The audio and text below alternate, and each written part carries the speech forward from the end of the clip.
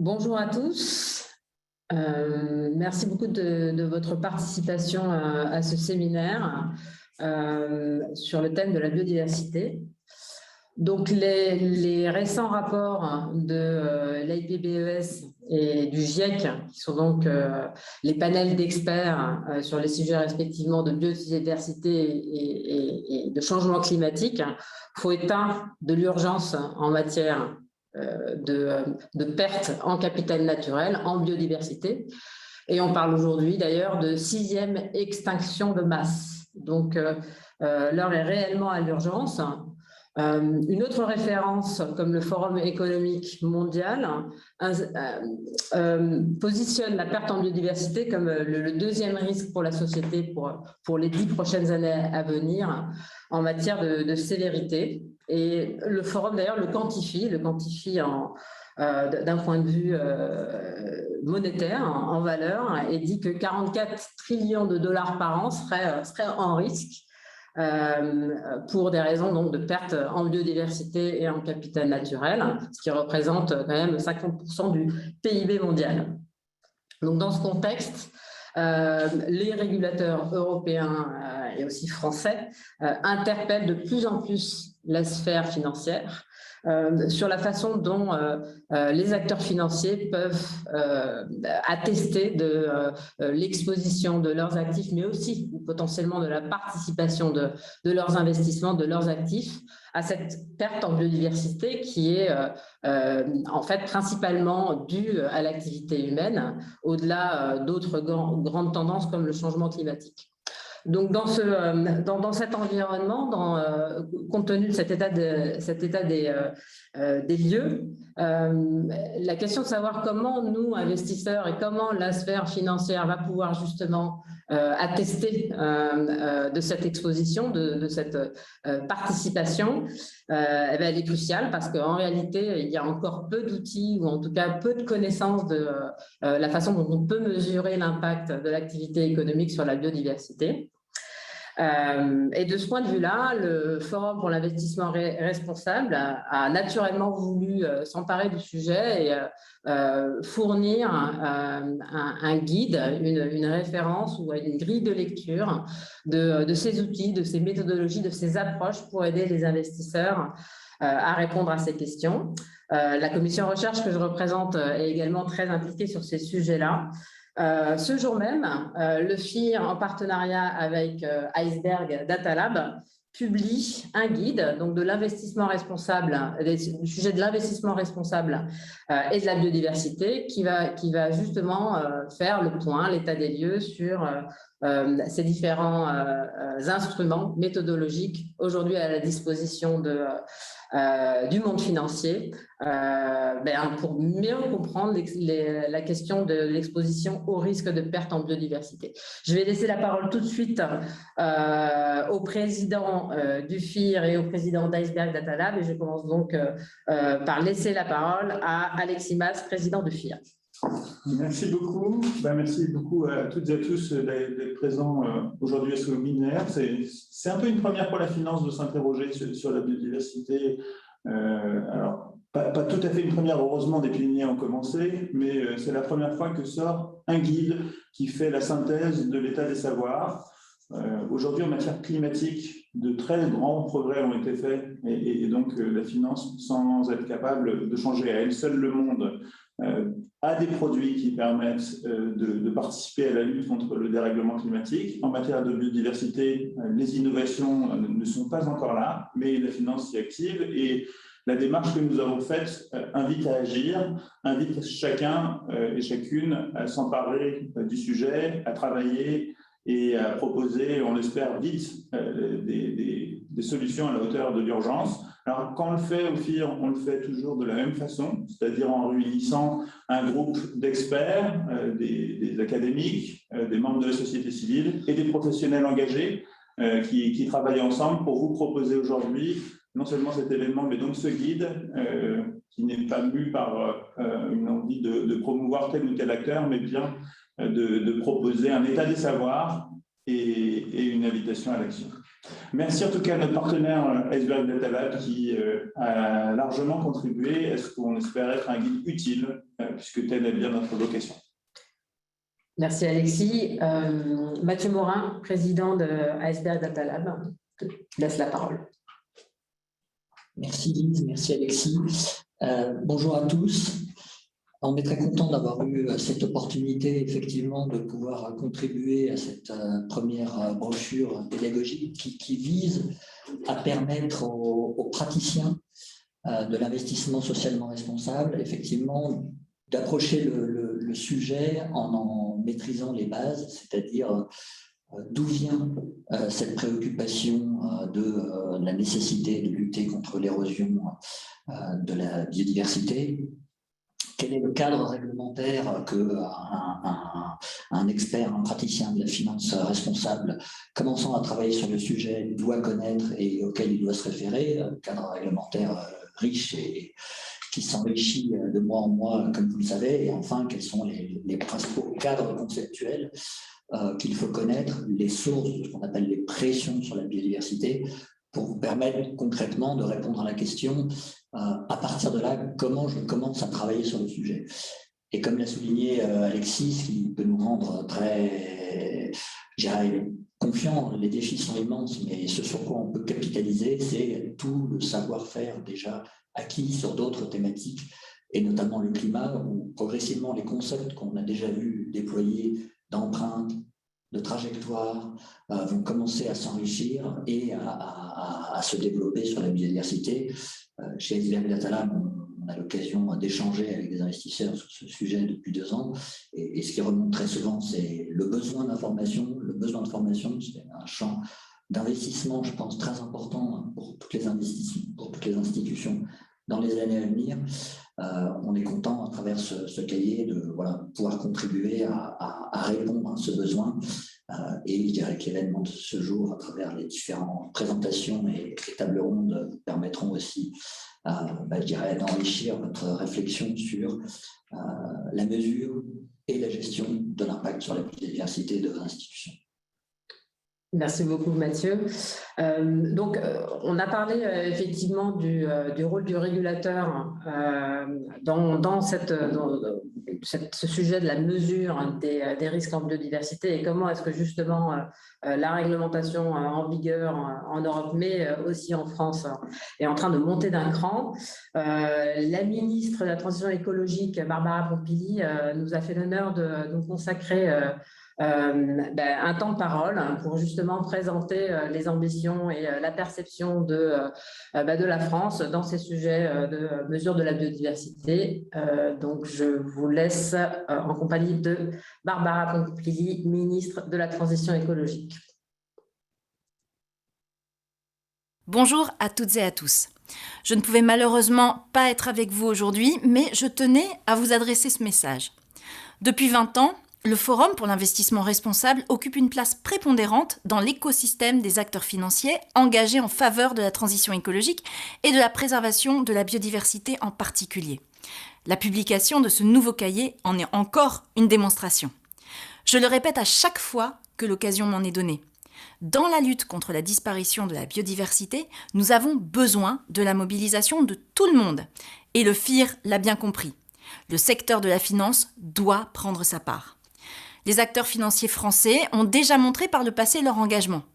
Cette nouvelle publication met d'ailleurs en avant celles et ceux qui mènent des actions concrètes en matière de biodiversité, notamment à travers des soutiens financiers ou de la sensibilisation. Cette mise en avant est importante parce qu'elle montre ce qu'il est possible de faire et l'impact de ces actions. Et pour être vraiment efficace, il faut évaluer, quantifier, mesurer les dépendances et les impacts générés par les acteurs économiques et financiers sur la nature. Je sais que de nombreuses initiatives ont été lancées ces dernières années. Je sais aussi que certaines d'entre elles se présentent comme la solution, la bonne méthode, mais force est de constater qu'aucune méthode ne fait vraiment consensus. Il faut persévérer et s'efforcer de trouver aussi rapidement que possible ce consensus, car pendant ce temps, la biodiversité continue, elle, de perdre du terrain. Peut-être est-on mûr pour converger sur le fait de viser que tous les fonds soient par défaut responsables et intègrent une part minimale d'investissement vert. Évidemment, l'État a un rôle à jouer. Il doit orienter et accompagner toutes les parties prenantes dans leurs actions. Nous l'avons déjà fait, par exemple, avec la stratégie nationale contre la déforestation importée, adoptée en 2018, qui est désormais intégrée dans notre législation depuis la loi Climat et Résilience. Nous allons aussi le faire dans le cadre du renouvellement de la stratégie nationale pour la biodiversité cette année. La période actuelle offre une opportunité unique sur le plan mondial pour fixer des objectifs et engager des actions ambitieuses en faveur de la biodiversité. Je pense évidemment au Congrès mondial de l'UICN à Marseille et à la 15e session de la conférence des parties à la Convention sur la diversité biologique. Ces réunions internationales produiront réellement des effets si la société civile y prend sa part, si les acteurs apportent leur pierre à l'édifice. Les travaux du FIR et les échanges qui en découlent y participent. C'est un vecteur supplémentaire de mobilisation des acteurs financiers et je compte sur vous pour les porter et les faire connaître, qu'ils nous aident collectivement à gagner la course contre la perte de biodiversité au niveau mondial. Encore merci pour votre mobilisation et je vous souhaite d'excellents échanges. Donc, nous allons poursuivre justement en donnant la parole au monde académique. On a compris que cette question de la mesure du risque de perte en biodiversité, tant d'un point de vue financier, c'est-à-dire en quoi est-ce que la valeur de l'actif peut être impactée par ce phénomène, qu'en termes de durabilité, c'est-à-dire en quoi les investissements réalisés aujourd'hui vont avoir un impact négatif, des externalités négatives sur le capital naturel, la biodiversité. Cette question en fait de la matérialité et de l'intégration d'un point de vue financier des risques en biodiversité dépend beaucoup d'outils de mesure faisant foi, étant suffisamment crédibles. Pour ce faire, en fait, au sein de la commission recherche, Charlotte Garde, qui va bientôt rejoindre le FMI comme responsable climat, a voulu nous faire partager, nous donner la voix d'un des fondateurs de l'économie écologique, Robert Costanza, qui est professeur à l'Australian National University et qui s'est distingué notamment par ses travaux sur la valeur des services écosystémiques. Donc, on a besoin effectivement d'outils, de référentiels pour valoriser les services liés à la biodiversité au sens de l'impact qu'ils peuvent avoir en termes de valeur économique, de façon à pouvoir les intégrer dans nos propres calculs financiers et économiques. Je laisse la parole à Charlotte et à Robert. Oui, bonjour à tous, ravie d'être présente aujourd'hui. En effet, pour peut-être introduire M. Robert Costanza, d'abord rappeler que, tandis qu'on a un cadre réglementaire de prise en compte de la biodiversité dans le système financier qui est en plein foisonnement, et puis une task force on nature-related disclosures qui est en train de se mettre en œuvre, la recherche académique a un rôle primordial, tant sur l'évaluation de la matérialité économique de la biodiversité ou encore sur l'évaluation des risques liés à l'érosion de la biodiversité ou encore sur, par exemple, des analyses coûts-bénéfices des projets de restauration de la biodiversité. Et donc, raison pour laquelle, au sein de la commission recherche du Forum pour l'investissement responsable, nous avons travaillé notamment à une synthèse de la recherche académique sur ce sujet. Et c'est donc en ce sens qu'on est très, très heureux aujourd'hui de pouvoir accueillir Robert Costanza, que je vais du coup présenter rapidement en langue anglaise afin qu'il se reconnaisse. Donc, thank you, Robert, for being here today. I'd like to present you very quickly because I know you'll do your presentation today. You're the Vice Chancellor's Chair in Public Policy at the Crawford School of Public Policy at the Australian National University, and you're currently a Senior Fellow at the Stockholm Resilience Centre, where you work with Johan Rockström, if I'm not mistaken, on planetary boundaries and ecological economics. Your transdisciplinary research integrates the study of humans and the rest of nature to address research, policy, and management issues at multiple time and space scales, from small watersheds to the global system. And you're the co-founder and the past president of the International Society for Ecological Economics, and you are the founding chief editor of the Society's journal, Ecological Economics, which we all know about. So thank you very much for being here today. We're very, very excited to hear you about your research, which we dug very deep actually in our own work at the Sustainable Investment Forum. So I leave you the floor right now. And I don't know if you have anything to present, but I'm sure that the Sustainable Investment Forum will address practical things about it. Thank you.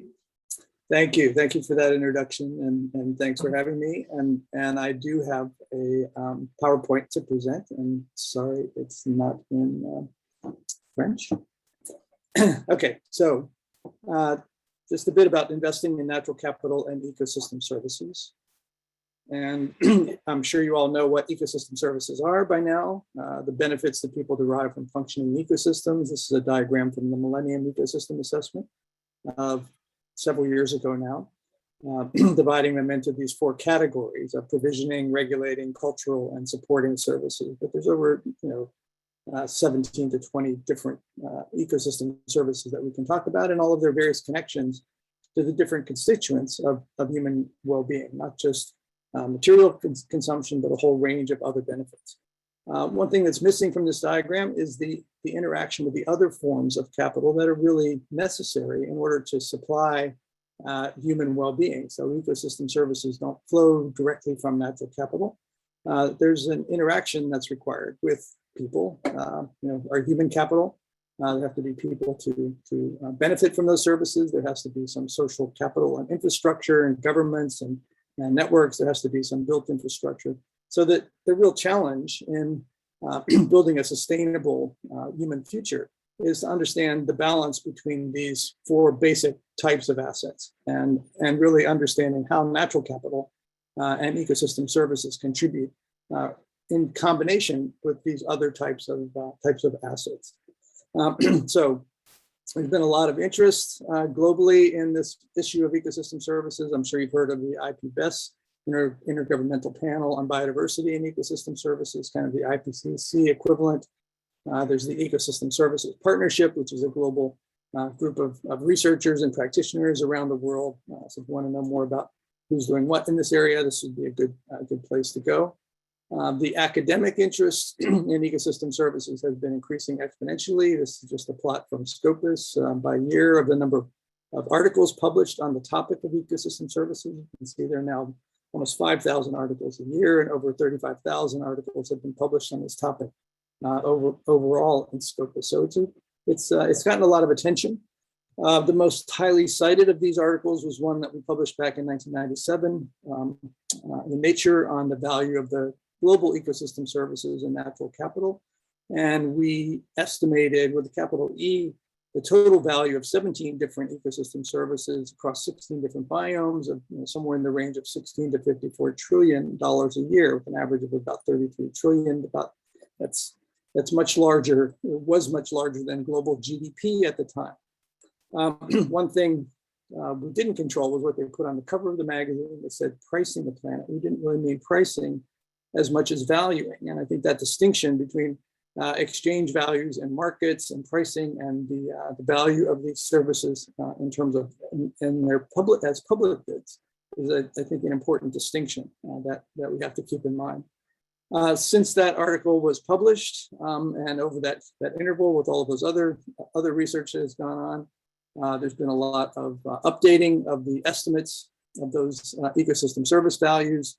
This is just from a paper by Rudolf de Groot and others based on the TEEB study, the Economics of Ecosystems and Biodiversity, looking at across these different biomes and a sort of range of values per hectare per year. You can see that these ecosystems are producing, when you add it all up, values in the tens to hundreds of thousands of dollars per hectare per year, particularly coastal systems, coastal wetlands. But all of these ecosystems are important in producing benefits to humans, many of which are not incorporated in our conventional economic measures. We estimated the changes in the value of those services from that initial 1997 paper until 2011 in this case.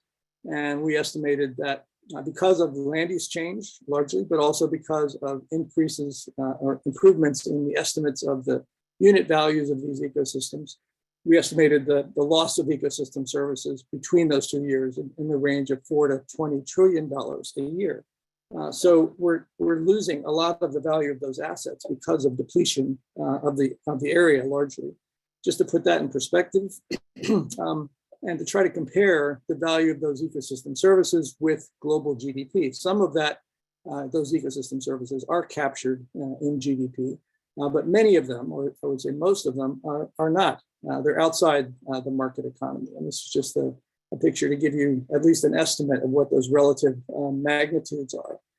So roughly 27 trillion out of the 125 trillion that we estimated for the total value was incorporated in this GDP of 75 trillion in 2011 dollars. We know that when land use changes do occur these days, there is most likely a significant loss in the total value of the total contribution of that landscape to human well-being, largely because of the loss of the ecosystem services and the transfer of some of those benefits into private marketed kinds of services. Back in 2002, I think it was, we did a global estimate of the value, the benefit cost ratio of conserving and restoring our natural capital assets. And we used a global scenario based on what it would cost to increase the global reserve network to 15% of the terrestrial biosphere and 30% of the marine biosphere. That would cost about 45 billion a year at the time. But the benefits, the net difference between the intact system and what it would probably be converted to was on the order of 4 to 5 trillion a year. So a benefit cost ratio of roughly 100 to 1. So investing in natural capital is a great investment from society's point of view. The problem is that those benefits are largely public benefits, as I said, and how to balance out the private and the public contributions to those investments, I think is really the challenge.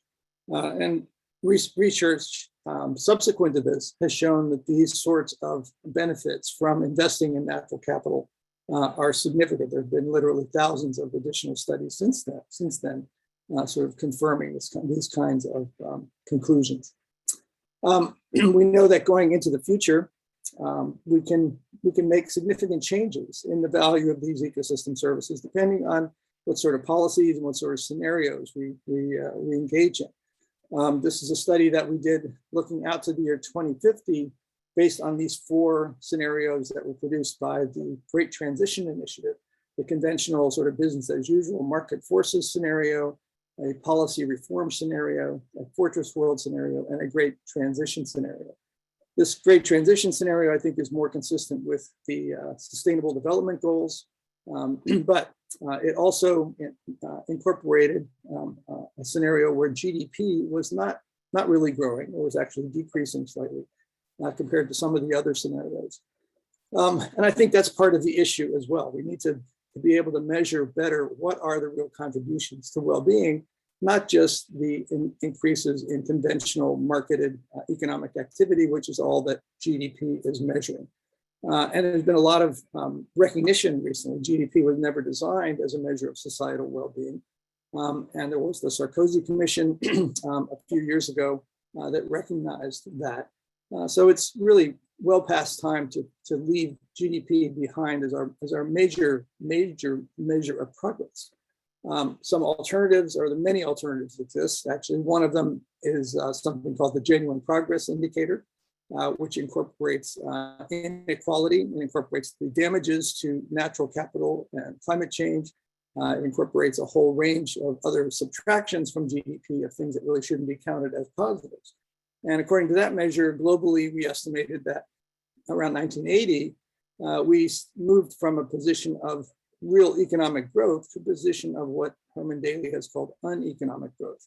The economy is still growing in GDP terms, but the genuine progress, the net benefits of that growth are declining because of the increasing inequality and increasing damages to GDP. Most of the scenarios that the IPCC and even IPBES are looking at going out into the future assume that GDP will be growing. But that's not a necessary assumption, and probably it's probably not the best assumption. This is from a recent paper that looked at a range of different scenarios in terms of their assumptions about the decoupling between energy and GDP on this axis. And these dots over here show the actual history of the decoupling between energy and GDP. So most of those scenarios are well outside the range of what we've seen historically. But these green scenarios here are ones that assume that the GDP is not necessarily growing. And they show that we could have a future that is probably more technologically feasible in terms of decoupling between energy and GDP, but also one that has improved well-being for society and for the rest of nature. I think we still have a lot to do in terms of being able to model and measure these sustainable well-being, and particularly in connection with the UN Sustainable Development Goals, which I think are a major move in the right direction in terms of building a shared vision globally about the kind of world that we all want, the sort of great transition scenario. Number 8 here is still refers to economic growth, but at least it's inclusive growth. At least it's modified a bit, but in the context of all of these other 17 goals. And we have to recognize that those 17 goals are not independent. They are all highly interconnected with each other, with synergies and trade-offs, and they contribute in different ways to the overarching goal that I think we're all trying to achieve of a high quality of life, prosperous and equitably shared and sustainable world. So there's a lot of work, I think, still to be done in terms of understanding those trade-offs and doing a better job of building a society that can actually achieve this overarching goal that the SDGs are headed towards. How that measurement occurs, excuse me, you might think of something like the GPI 2.0. GPI included all of the costs to natural capital and social capital, but it did not include the positive benefits, the benefits of ecosystem services, the benefits from human and social capital. So I think we need a more integrated approach to measuring societal well-being that can incorporate all of these things that we do know about what does actually contribute to well-being. We also need, I think, new kinds of institutions to manage these resources. We know that many, if not most, ecosystem services are non-rival and non-excludable public or common pool resources. And so markets don't really work that well in terms of allocating those kinds of resources. What we may need is something more like common asset trusts. We need to recognize that these ecosystems are the gifts of nature that should be held in trust for all of us and should be managed in that way. Elinor Ostrom won the Nobel Prize in Economics several years ago for her work on how traditional cultures have managed common assets and how they've done it sustainably and well. And she came up with a set of design principles listed here that are necessary for those kinds of common asset resources to be managed effectively. And we tried to incorporate those principles in the design of this idea of common asset trust.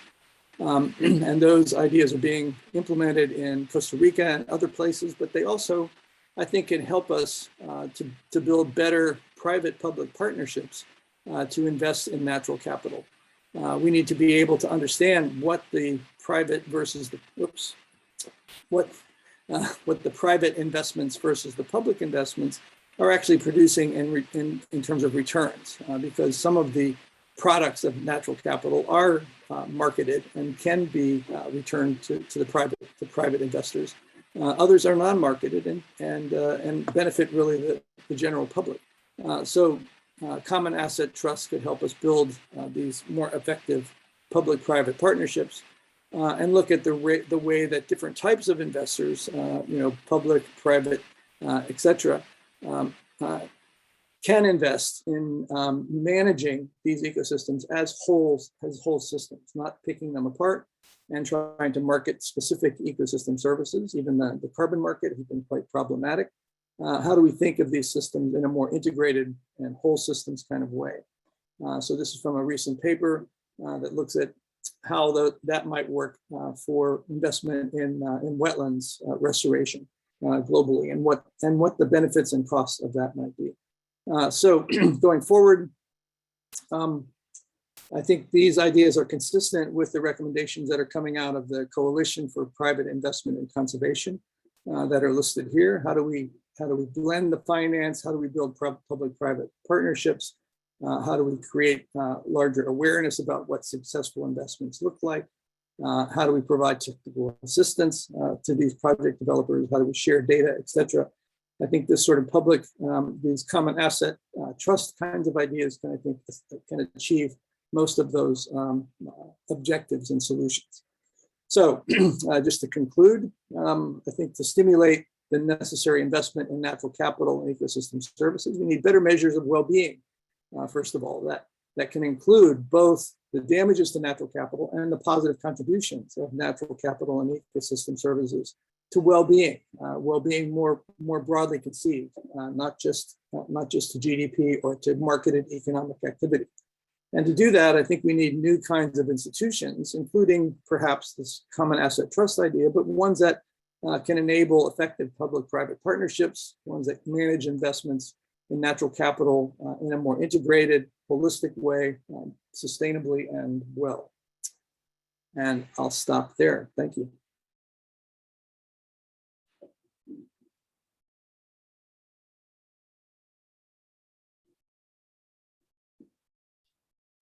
Thank you very much, Robert. It was a very insightful, as always, presentation. So thank you for being here with us today.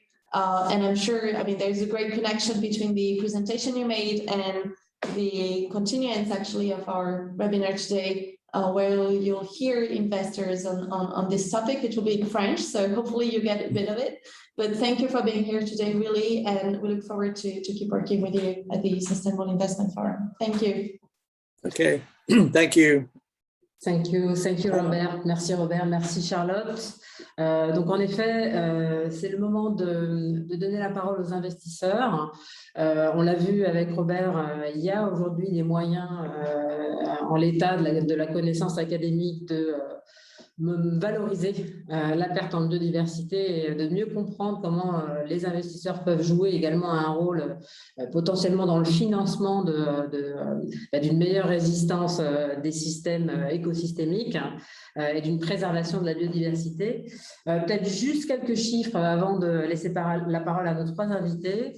Un rapport de Biofin et de Global Canopy indiquait récemment que les besoins de financement liés à la préservation de la biodiversité étaient aujourd'hui estimés à 1 000 milliards de dollars par an d'ici 2030. On comprend que l'enjeu est énorme. Ça dépasse les partenariats publics-privés. Il y a vraiment un appel qui est fait au secteur privé, au financement privé.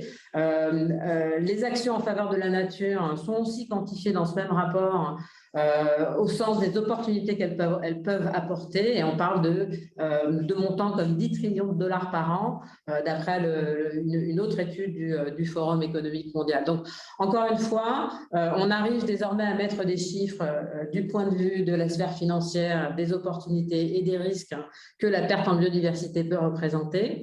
Je voudrais commencer notre panel investisseur en m'adressant à Robert Alexandre Poujade, qui est expert en biodiversité et analyste ESG pour BNP Paribas Asset Management.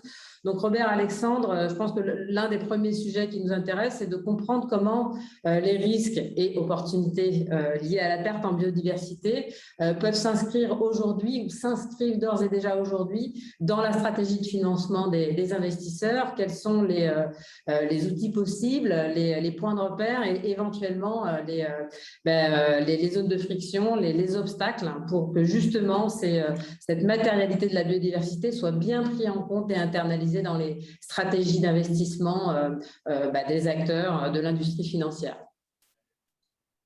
Merci beaucoup pour cette invitation. Je me permets juste une incise en anglais pour commencer, pour m'adresser au professeur Costanza. So Professor Costanza, so I don't thank you very much for your presentation, and I just wanted to really thank you for your presence today, and maybe emphasize on the fact that maybe you don't know the weight or the influence you're having on the investment community, because you've been like leading the way, and actually a lot of investors are following your work on valuation, on planetary boundaries, and so thank you a lot for that, Professor. Je repasse en français, excusez-moi, mais c'était vraiment l'occasion aussi à titre personnel. Je pense qu'il y a beaucoup d'analystes comme moi aujourd'hui ou d'investisseurs qui justement ont approché ce sujet de la biodiversité à travers ces travaux qui font vraiment autorité aujourd'hui du professeur Costanza et d'autres.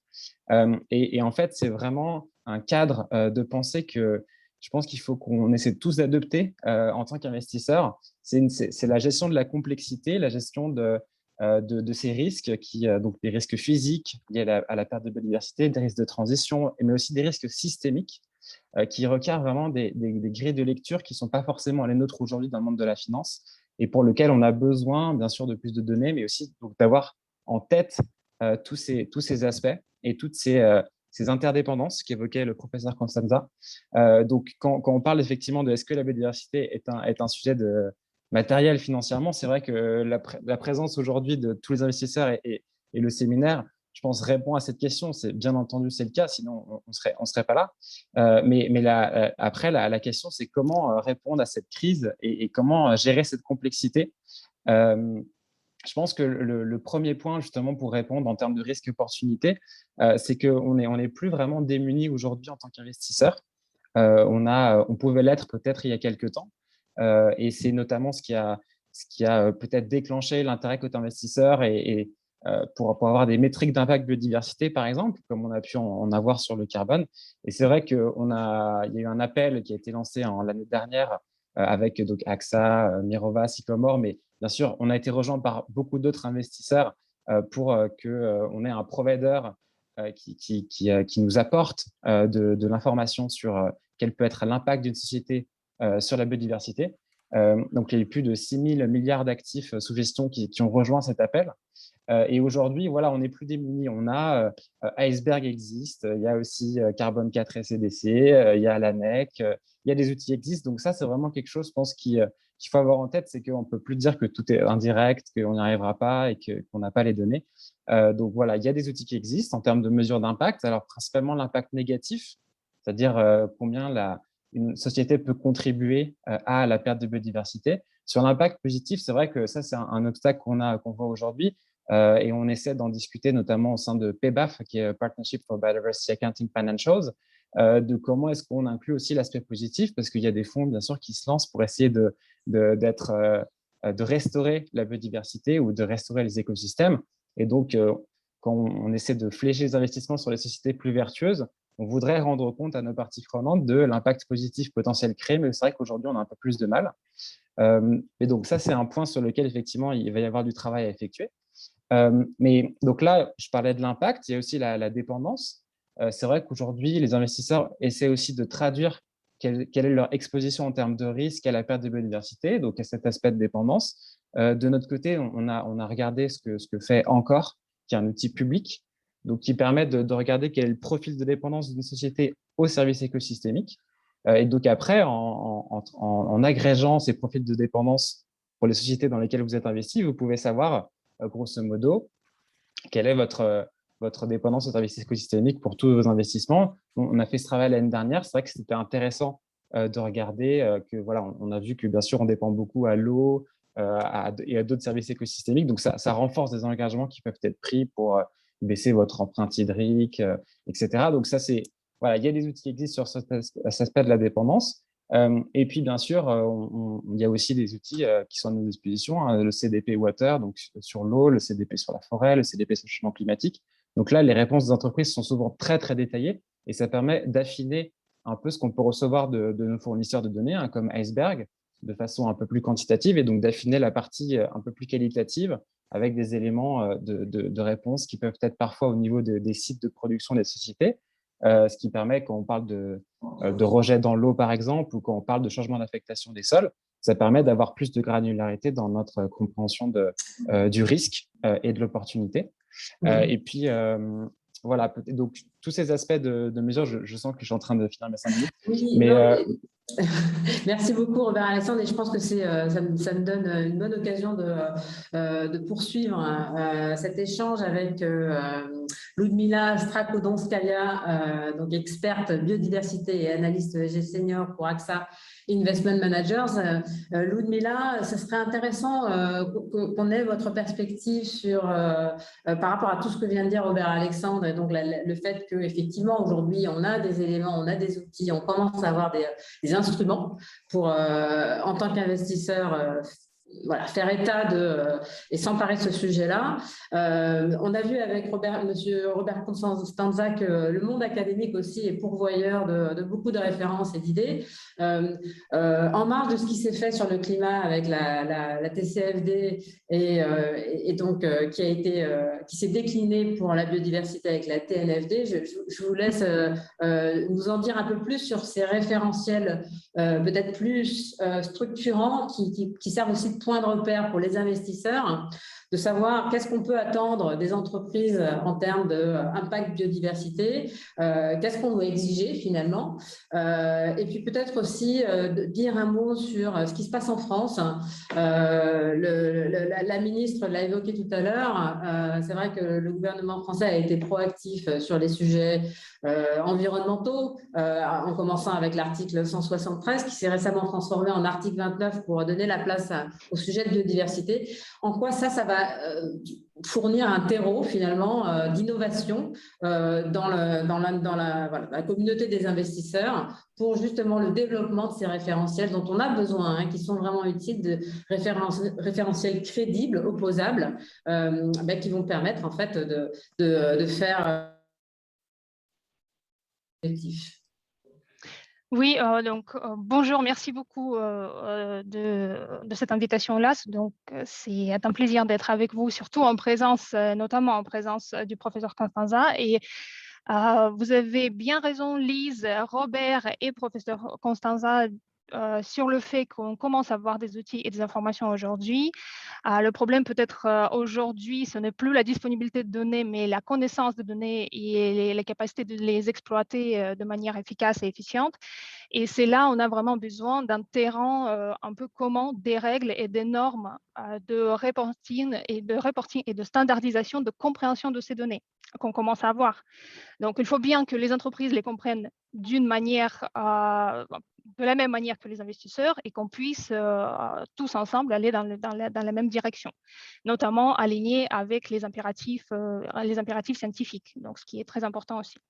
Et effectivement, aujourd'hui, on voit beaucoup d'initiatives sur le marché, notamment l'une des clés côté corporate, c'est l'initiative qui s'appelle Science Based Targets Network, qui lance les Science-Based Targets pour la nature globalement, donc pour le capital naturel, pour aider les entreprises à adresser ce sujet du capital naturel, de compréhension des risques et opportunités liés au capital naturel, et les aider aussi à formuler les targets efficaces pour arriver à transformer leur business et devenir nature positive. Donc ça c'est l'objectif qui est affiché sous cette initiative actuellement. Ce n'est pas la seule initiative. Il y a aussi d'autres initiatives côté corporate, notamment CDP Biodiversité, sous l'égide de BNP Paribas notamment. CDP est en train de développer un chapitre, disons, de disclosure sur leur plateforme de reporting climatique et environnemental. Donc, ce ne sera pas une norme, donc un standard de reporting qui sera demandé auprès des corporates, mais ce sera quand même une plateforme de disclosure qui permettra de voir déjà et de sentir déjà quelles sont les données disponibles auprès des corporates, auprès des entreprises aujourd'hui, et comment on peut les utiliser en tant qu'investisseur. Donc ces normes-là qui sont un peu, qui sont de soft law, de nature de soft law aujourd'hui, elles sont en lien direct avec ce qui se passe au niveau réglementaire en Europe notamment. Et donc on retrouve ici la fameuse norme CSRD qui est en train d'être développé par la Commission européenne. On retrouve aussi la fameuse taxonomie européenne et le chapitre biodiversité au sein de la taxonomie européenne, notamment là maintenant d'ailleurs. C'est la dernière semaine pour faire des commentaires sur la plateforme de la Commission si vous êtes intéressé sur le développement du chapitre biodiversité au sein de la taxonomie européenne. Donc, ces normes sont liées.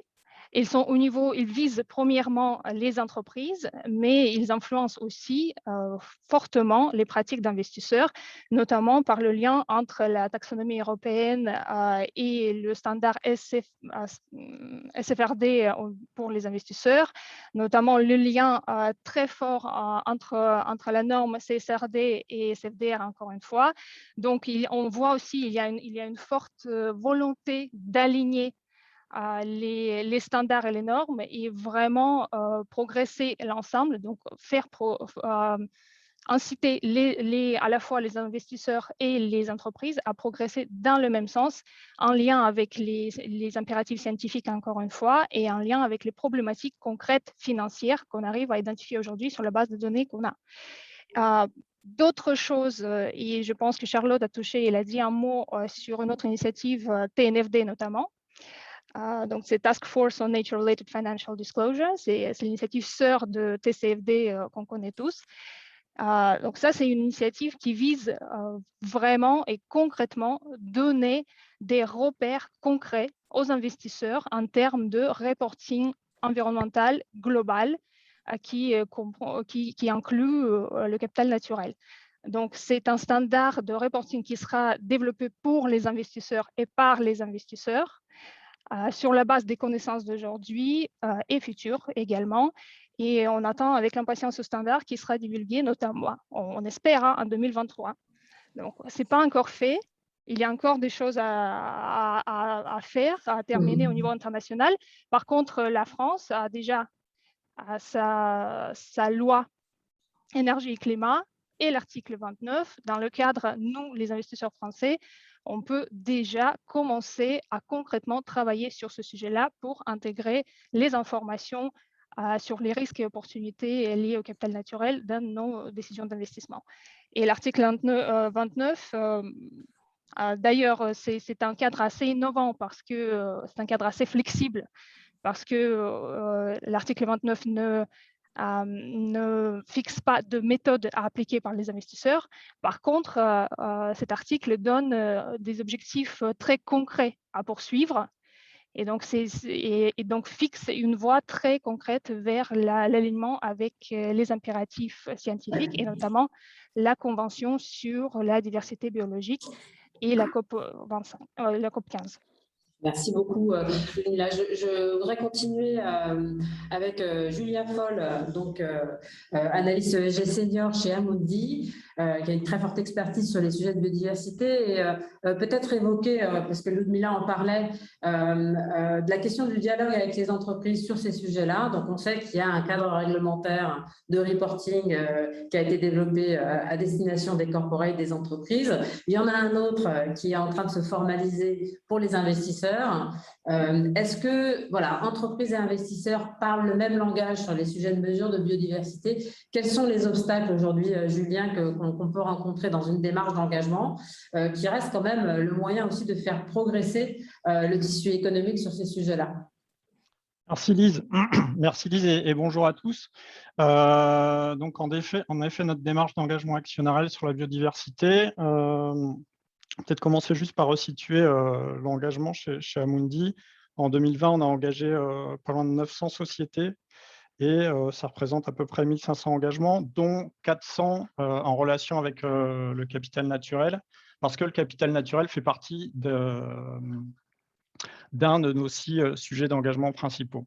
Je ne développe pas davantage notre approche générale d'engagement, ce n'est pas l'objet de cette discussion. Je vais juste préciser l'engagement spécifique à la protection de la biodiversité, parce que c'est un thème qui est pris en compte depuis plusieurs années chez Amundi, de manière diverse, mais pour lequel on a décidé d'intensifier nos efforts et de dédier une campagne d'engagement dédiée cette année. On est en train de rencontrer une soixantaine d'entreprises dans des secteurs variés pour un dialogue approfondi à ce sujet. On a visé les secteurs de la consommation et de l'alimentation, bien sûr, des producteurs, des retailers et des chaînes de restaurants, mais aussi des minières, des énergéticiens, des papetiers, des acteurs de la chimie, de la pharma et des financières, les assureurs en particulier. Ce que l'on constate, c'est que c'est un sujet, malgré tout ce qui a pu être dit sur l'avancement des travaux, depuis le temps que peuvent exister les travaux de Robert Costanza, etc., c'est que ça reste un sujet nouveau pour beaucoup d'entreprises. Et nous, notre objectif initial, c'était de faire un peu un diagnostic d'où en sont les entreprises dans leur considération du sujet et bien entendu de les encourager chaque entreprise à mieux considérer les enjeux liés à la biodiversité et à participer à un effort général nécessaire pour un sujet important et ô combien pressant, on l'a dit encore, et bon, ça sert à rien de le répéter. Je ne reviens pas sur l'urgence. Disons seulement que c'est un sujet que nous, en tant qu'investisseurs, on a intérêt à intégrer dans nos décisions d'investissement. On a donc besoin que les entreprises dans lesquelles on investit fassent aussi des efforts pour développer leur considération et intégration des enjeux liés à la biodiversité, des efforts également pour évaluer leurs impacts et dépendances à la biodiversité et les risques et opportunités associés, parce qu'in fine, ce sont aussi les nôtres en tant qu'investisseurs dans ces entreprises derrière, et de faire du reporting à ce sujet-là. Donc là, on a parlé des différents cadres de reporting qui peuvent se développer pour que nous, ensuite, en tant qu'investisseurs, basés en partie et très largement en partie sur cette donnée que seront capables de fournir les entreprises, on puisse fournir un reporting. Et au-delà des entreprises, bien sûr, on encourage également les investisseurs, les décideurs publics et régulateurs à prendre des mesures pour faciliter l'intégration de ces enjeux liés à la nature. Maintenant, si je reviens à notre dialogue avec les entreprises, pour commencer, ce que je souhaitais partager, c'est que les entreprises, en général, elles sont ravies d'échanger à ce sujet. Elles sont même demandeuses d'échanges à ce sujet dès qu'on les invite. Et voilà, c'est un point que je voulais mentionner. Et nos échanges, en général, ça commence par des questions sur justement comment les entreprises s'approprient le sujet, dans quelle mesure l'entreprise a déjà pu entreprendre une évaluation de ses impacts et dépendances à la nature, si elle a identifié des risques et des opportunités liées à la biodiversité, s'il y a une stratégie dédiée, s'il y a des objectifs, des indicateurs qui suivent et des objectifs dédiés, et ensuite si ces enjeux sont considérés au plus haut niveau de l'entreprise. Et aussi également tout simplement quelles difficultés les entreprises peuvent avoir sur ces sujets-là, parce que l'objectif de ce dialogue initial, c'est vraiment d'avoir un dialogue ouvert pour discuter de leurs difficultés également. Donc, ce qu'on observe, c'est qu'une grande majorité des entreprises elles présentent des mesures de protection de l'environnement, de la nature. Certaines détaillent différentes mesures qu'elles peuvent prendre ici et là pour protéger, voire restaurer la nature, mais rarement on dialogue avec des entreprises qui ont une approche globale de la biodiversité. Très peu d'entreprises sont capables de présenter un diagnostic général de leur relation avec la nature et une stratégie dédiée pour mieux appréhender ces enjeux. Il manque ce que moi j'appelle un chapeau un peu qui encadre les différentes mesures, les hiérarchise et structure l'approche pour définir une stratégie, une politique biodiversité et des objectifs dédiés contrôlés au plus haut niveau de l'entreprise. Alors, on espère que la TNFD qui a été mentionnée va faciliter le travail d'intégration de la biodiversité dans la gouvernance des entreprises, que ça va permettre de développer un cadre de reporting et que le réseau aussi SBTN mentionné par Ludmila tout à l'heure, ça aidera à développer des objectifs et donc des indicateurs appropriés. Mais ce qu'on encourage dès à présent les entreprises à faire, c'est bien sûr à suivre ces travaux, mais à surtout ne plus attendre et à se lancer dès à présent sur le sujet, parce que ce sont les entreprises qui connaissent le mieux leurs activités, et se lancer, ça permet de s'approprier le sujet, ça permet de commencer à comprendre les dépendances et les impacts de leurs propres activités sur la biodiversité, et de gagner en maturité et d'avancer sur le sujet. Parce que sinon, on se pose trop souvent l'excuse de la complexité de la biodiversité. C'est vrai que c'est complexe, la biodiversité. Mesurer les impacts et dépendances de la biodiversité, il y a plein de choses qui se mettent en place, mais ça reste quelque chose de difficile. Il n'y a pas encore vraiment de standards, de référentiels communément acceptés. Mais si on attend que tout ça se mette en place, on n'avance pas et en réalité, on n'a plus le temps d'attendre. Ouais, merci Julien. Donc on comprend qu'en fait là, il va falloir faire preuve d'innovation des deux côtés, côté investisseur et côté entreprise aussi. Et le mot d'ordre, c'est voilà, d'oser faire la tentative de ces mesures. Je vais donner merci d'abord beaucoup à nos trois investisseurs, Robert, Alexandre, Mila et Julien, pour leur intervention. Je pense que c'est important d'avoir ce principe de réalité en provenance de la sphère financière. Nous allons conclure ce séminaire en donnant la parole à M. Bruno David, président du Muséum d'histoire naturelle, auteur du livre « À l'aube de la 6e extinction, comment habiter la Terre ». Monsieur David, bonjour. Je vous laisse donc ce dernier mot. Merci. Oui, merci. Alors, j'ai pris un petit peu le séminaire en route parce que malheureusement, j'étais pris avant, mais j'ai entendu au moins les 3 ou 4 dernières interventions. Ce que je voudrais dire, c'est que c'est très important déjà que le monde de la finance se rende compte de l'ampleur du problème et donc qu'il y ait une réflexion au moins qui s'amorce et des actes qui suivent, bien sûr, sur ce sujet. On a bien conscience que toute mesure de préservation entraîne un coût direct, et que ça peut susciter des réticences.